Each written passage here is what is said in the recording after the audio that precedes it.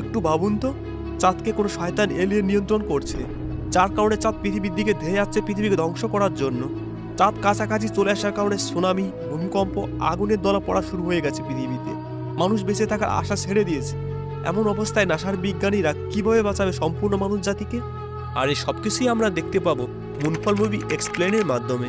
তো বন্ধুরা, ভিডিওটি দেখার পূর্বে আমাদের এবি মুভি প্লেক্স চ্যানেলটিকে অবশ্যই সাবস্ক্রাইব করে দিবেন। তো মুভিটির শুরুতে আমরা তিনজন অ্যাস্ট্রোনটকে দেখতে পাই। প্রথমে আমরা হার্পার এবং জসিন্ডাকে দেখি। তারা স্পেসে স্যাটেলাইট ঠিক করছিল। ঠিক তখনই মৌমাছির মতো কালো এক অদ্ভুত জিনিস তাদের দিকে ধেয়ে এসে প্রচণ্ড জোরে আঘাত করে। এতে তারা তাদের স্পেসশিপের মধ্যে কেউই স্থির থাকতে পারছিল না। আর অন্যদিকে হার্পার ধাক্কা সহ্য করতে না পেরে স্পেসশিপ থেকে পড়ে মারা যায়। এপাশে রায়ান কোনো মতে স্পেসশিপের মধ্যে পৌঁছায় এবং দেখে যে জসিন্ডা অজ্ঞান হয়ে গেছে। তখন সে বুঝতে পারে যে এখানে তারা ছাড়াও অন্য কেউ আছে, যে তাদের এখানে থাকতে দিতে চায় না। তাই তারা তখনই তাদের স্পেসশিপটিকে নিয়ে পৃথিবীর দিকে রওনা দেয়। কিন্তু বন্ধুরা, এই কালো মৌমাছির মতো ভয়ানক জিনিসটা কি, আর কেনই বা সে কাউকে এখানে থাকতে দিতে চায় না?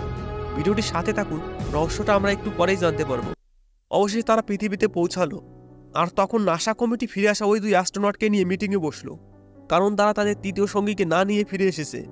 রায়ান বলে, মহাকাশে তারা যখন স্যাটেলাইট ঠিক করার কাজ করছিল, তখন সেখানে কালো মৌমাছির মতো এক ভয়ানক অদ্ভুত জিনিস তাদের উপর আক্রমণ করে, যার কারণে হার্পার স্পেসশিপ থেকে পড়ে মারা যায়।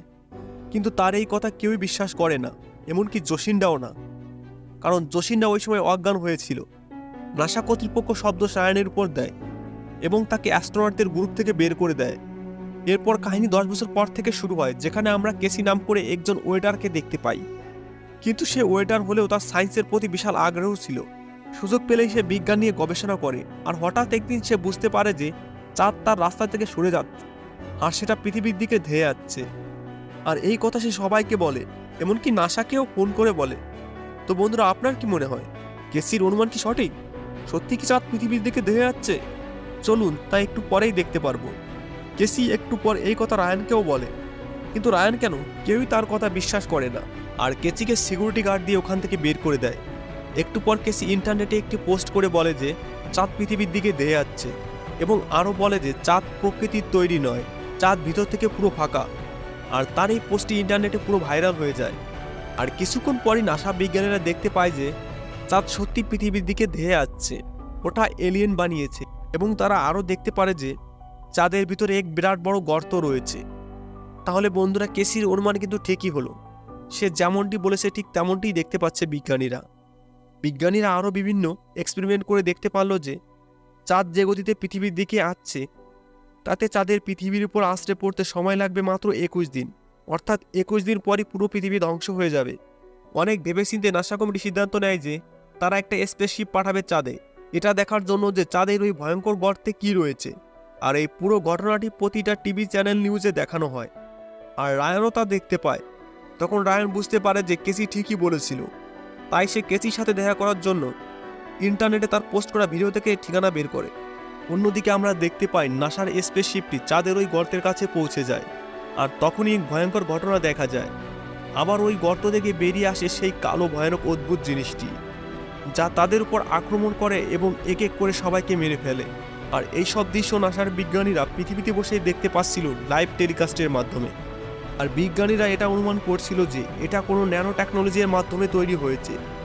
চাঁদ পৃথিবীর কাছাকাছি চলে আসার কারণে ভূমিকম্প শুরু হয়ে যায় এবং সমুদ্রের জল উপরের দিকে চলে আসে। অন্যদিকে রায়ান কেসির ঘরে পৌঁছে যায় এবং দেখে যে কেসি ওখানে নেই। কিন্তু রায়ান ওখানেই ফেসে যায়। ভূমিকম্প এবং জল উপরের দিকে উঠে আসার কারণে চারিদিকে ধ্বংস শুরু হয়ে যায়। এইদিকে নাসার হেড তার ফ্যামিলিকে নিয়ে খুব তাড়াতাড়ি চলে যেতে চাইছিল কোনো সুরক্ষিত জায়গায়। তখন জসিন্ডা তাকে বলে, নাসার হেড হয়ে তাকে এভাবে পালানো উচিত হবে না, তাকে পৃথিবীকে বাঁচানোর চেষ্টা করা উচিত, নিজের জীবন দিয়ে হলেও। তখন নাসার হেড জসিন্ডাকে বলে যে নাসা সকলের কাছ থেকে অনেক রহস্যময় তথ্য গোপন করে রেখেছে। সেই তথ্য যদি তাকে জানতে হয় তাহলে সে ওল্ড ভিডিও রেকর্ড দেখতে পারে। তখন সে একটা ওল্ড ভিডিও রেকর্ড প্লে করে এবং দেখে যে সে যখন মহাকাশে অজ্ঞান হয়েছিল তখন রায়ানের ক্যামেরায় একটা ভিডিও রেকর্ড হয়েছিল। আর সেই ভিডিওতে স্পষ্ট দেখা যাচ্ছিল চাঁদের ওই গর্ত থেকে ভয়ঙ্কর এক এলিয়েন এসে তাদের উপর আক্রমণ করেছিল, যার কারণে তাদের তৃতীয় সঙ্গী হার্পারের মৃত্যু হয়েছিল। নাসা কমিটি এই সবকিছু আগে থেকেই জানে, তারপরও তারা সবকিছু গোপন করে রেখেছে। তখন জসিন্ডা বুঝতে পারে যে রায়ান ঠিকই বলেছিল, কিন্তু সে বিশ্বাস করেনি। এখন আমরা নাসার এক্সেটকে দেখতে পাই, যে আরও 13 বছর আগে নাসা থেকে রিটায়ার নিয়েছে। সে বলে যে নাসা কমিটি তো এটা 1979 সালের 20 জুলাই থেকে জানে। যখন অ্যাপোলো 1 মিশনের সময় তারা চাঁদে যায়, তখনই এই অদ্ভুত জিনিস সম্পর্কে তারা জানতে পারে। মূলত এই কারণেই তারা বিষয়টি গোপন রাখে। এইসব ঘটনার পর আমরা জসিন্দাকে মিলিটারিদের সাথে ভিডিও কলে কথা বলতে দেখি, কারণ মিলিটারিরা যখন চাঁদে পারমাণবিক বোমা ফেলার প্ল্যানিং করছিল, আর জসিন্দা তাদের এই কাজটি করতে বারণ করে। সে আরও বলে যে পারমাণবিক বোমা ফেললে হয়তো এলিয়েনটা মারা যাবে, কিন্তু চাঁদ তো শেষমেশ ধ্বংস হয়ে পৃথিবীতে এসেই পড়বে, আর এতে পৃথিবীর অনেক ক্ষতি সাধন হবে। তাই সে মিলিটারিদের কাছে একটু সময় চায়, এবং কিছুক্ষণ পরই সে সিদ্ধান্ত নেয় সে স্পেসে যাবে, আর সাথে করে নিয়ে যাবে রায়ানকে, কারণ রায়ান একজন পাকা স্পেসশিপ চালক। তাছাড়া রায়ান মহাকাশ সম্পর্কে অনেক না জানা তথ্যও জানে, তাই তাকে সে সঙ্গে করেই নিয়ে যেতে চায়। তখন জসিন্দা রায়ানের কাছে যায়, গিয়ে নাসার পক্ষ থেকে রায়ানের কাছে ক্ষমা চায় এবং তার কাছে সাহায্য চায় পৃথিবীকে এই ভয়ঙ্কর বিপদের হাত থেকে রক্ষা করতে। তার এই সমস্ত কথা শুনে রায়ান রাজি হয়ে যায় আর বলে সে অবশ্যই তাকে সাহায্য করবে। এবার তারা সাথে করে নিয়ে যাবে কেচিকে, কারণ কেচিরও মহাকাশ সম্পর্কে অনেক ভালো ধারণা আছে। তাই তো সে যা যা বলেছে হুবহু তাই হয়ে গেছে। তারা সবাই মিলে আগের ভিডিওগুলো দেখছিল, যে কিভাবে ওই ভয়ঙ্কর অদ্ভুত জিনিসটা তাদের সঙ্গী অ্যাস্ট্রোনটদের মেরেছিল। তখন তারা সবাই মিলে একটা সিদ্ধান্তে পৌঁছায় যে ওটা একটা কালো এলিয়েন, যা ন্যানো টেকনোলজি দিয়ে তৈরি এবং সেটি খুব অ্যাডভান্স লেভেলের। তখন তারা সবাই ডিসাইড করে চাঁদ পৃথিবীতে পড়ার আগেই তারা চাঁদে পৌঁছাবে স্পেসশিপটি নিয়ে। আর এই দিকে চাঁদ পৃথিবীর কাছাকাছি চলে আসার কারণে ভূমিকম্প এবং সুনামির প্রভাব পৃথিবীতে বেড়েই চলেছে, যার জন্য তারা তাড়াহুড়ো করে রেডি হচ্ছিল। এই মুহূর্তে একজন মিলিটারি আসে, সে একটি বোম নিয়ে তাদের কাছে আসে আর বলে এই বোমটি তোমরা নিয়ে যাও, চাঁদে গিয়ে হয়তো এটার প্রয়োজন তোমাদের পড়তে পারে। তখন তারা তিনজন দ্রুত তাদের স্পেসশিপে উঠে বসে, আর অন্যদিকে নাসার কর্মচারীরা হাওয়াই জাহাজে করে এই জায়গা থেকে অন্য জায়গায় চলে যায়, কারণ এখানে সুনামি ভয়ঙ্কর আকার নিয়েছে। তাই তারা কোনো উঁচু জায়গায় চলে যায়। রায়ান, জসিন্দা ও কেচি তাদের স্পেসশিপটিকে লঞ্চই করতে পারছিল না, কারণ চারপাশের পরিবেশ অনেক ভয়ঙ্কর হয়ে উঠেছিল।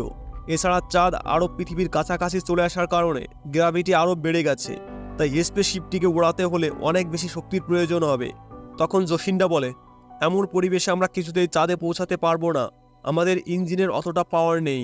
কিন্তু রায়ান কারো কথা না শুনে নিজের সর্বোচ্চ দিয়ে চেষ্টা করে কোন মতে স্পেসশিপটিকে লঞ্চ করে পৃথিবীর গ্র্যাভিটির বিরুদ্ধে গিয়ে, কিন্তু স্পেসশিপটি ভালোভাবে উঠতে পারছিল না। চারপাশের পরিবেশ এত খারাপ, তার উপর আবার চাঁদ পৃথিবীর কাছে চলে এসেছে, তাই তাদের স্পেসশিপটি বারবার রেড অ্যালার্ট দেখাচ্ছিল। কয়েক ঘন্টা স্পেসশিপটি চালানোর পর চাঁদে পৌঁছে যায় এবং তারা দ্রুত গতিতে চাঁদের ওই ভয়ঙ্কর রহস্যভরা গর্তের দিকে এগিয়ে যায়।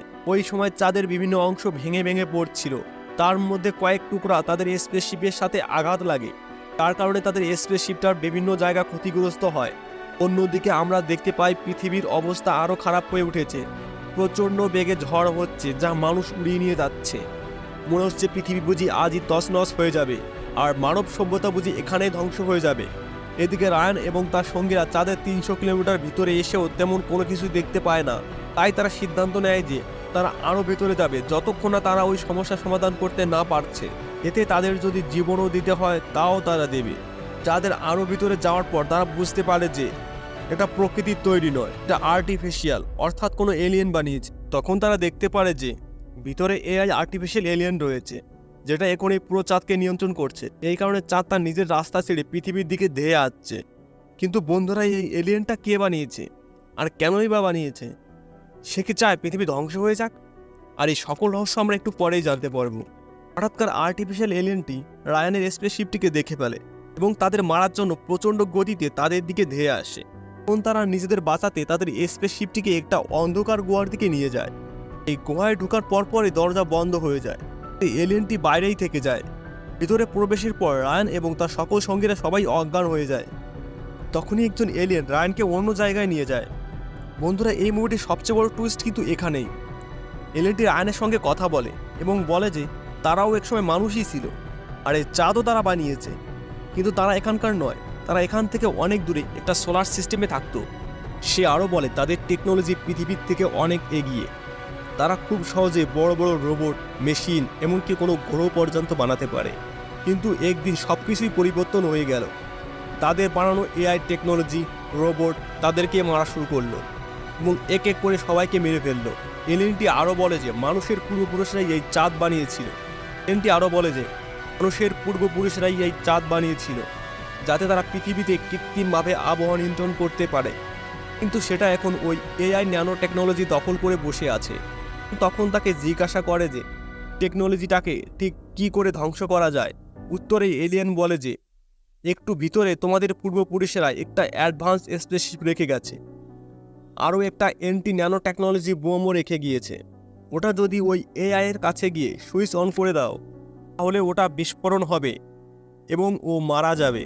কিন্তু যে কাজটা করবে তাকেও সাথে মরতে হবে, কারণ এটা রিমোট সিস্টেম নয়। এসি এই কাজটা করতে রাজি হয়, কারণ সবাই তাকে সারা জীবন ধরে লুজার ভেবেছে। তাই এই মহান কাজটি সে করতে চায় এবং সে তাই করলো। এতে এআই ন্যানো টেকনোলজিটা ধ্বংস হয়ে যায়। চাঁদ আবার তার আগের জায়গায় ফিরে যাচ্ছিল এবং পৃথিবী রক্ষা পায়। এরপর রান এবং জসিন্ডা পৃথিবীতে ফিরে আসে আর মুভিটির কাহিনী এখানেই শেষ হয়। তো বন্ধুরা, এরকম ভিডিও আরও পেতে আমাদের চ্যানেলটিকে সাবস্ক্রাইব করে রাখবেন।